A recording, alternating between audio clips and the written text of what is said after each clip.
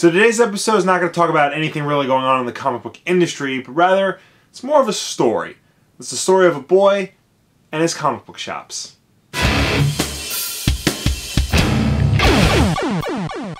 I started regularly reading comic books in high school.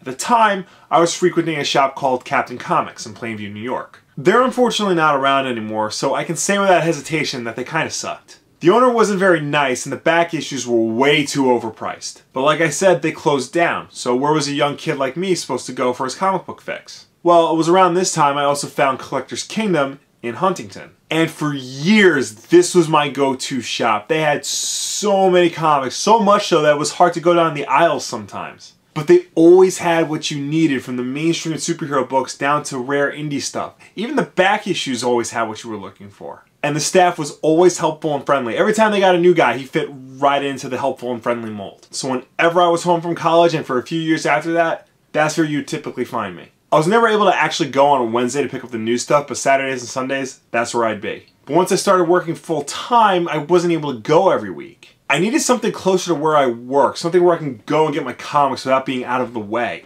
And I found it, mint condition in Port Washington. They had every single major book you could want, a great staff, a wonderful owner, and they are sadly no longer with us. So I had to look again, and that led me to Grasshopper Comics in Williston Park. Their new release wall is always stocked and has everything I'm looking for. Their back issues are well kept and reasonably priced.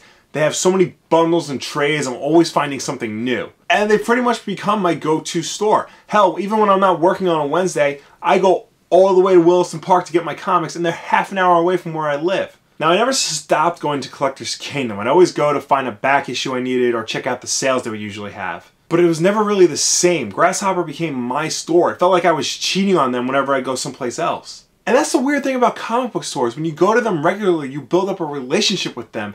It's almost like a relationship with a girlfriend or boyfriend. You come to love everything the store has to offer, and you grow a bond between you and the clerks and even sometimes the customers. I guess because 99% of all comic book stores are small mom and pop shops instead of big corporate giants like Target or GameStop or whatever, it makes everything feel that much more personal. I mean, yeah, I know the guy at the Dunkin' Donuts I go to regularly, but not like I know the guys in my comic shop. But like all things in life, you're learning to find some balance. So while Grasshopper became my go-to store every Wednesday, and Collector's Kingdom sort of became my mistress that I sort of see on the side, if you know what I mean, I grew to love them both, and I enjoyed going to them every time I went. At least I used to.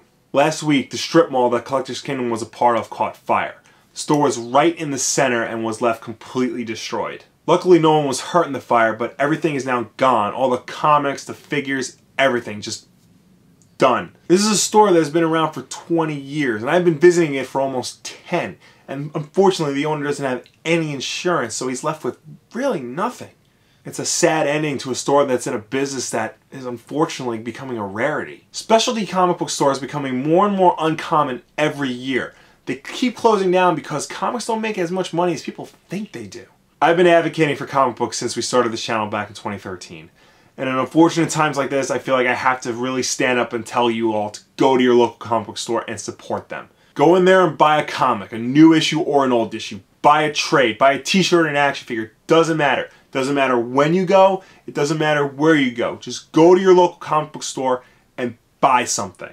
You never know when they're going to close down due to lack of money or fire. And it's times like this you realize that life is too short. And as much as we need entertainment in times like this, we need to support the people who provide us with this entertainment, especially in such a small industry. Talk to me down below or anywhere on social media about your favorite local comic book store. The world needs to know that these places exist. Also, share this video with your friends. Anything we can do to get the word out to these people is greatly appreciated. Collector's Kingdom will be trying to do fundraising to get themselves back on track, and as soon as I have the information, I will let you guys know. Until then, thank you all very much for watching, and I will see you next time. Now, I'll admit it's a bit overkill to release 3 brand new books right away, but they're being written and drawn by top talent, so the quality is going to be really high. Let's just hope that John Cassaday can stick to a monthly schedule so that the main Star Wars book that he's drawing can come out regularly. I don't know if we should do most anticipated, though.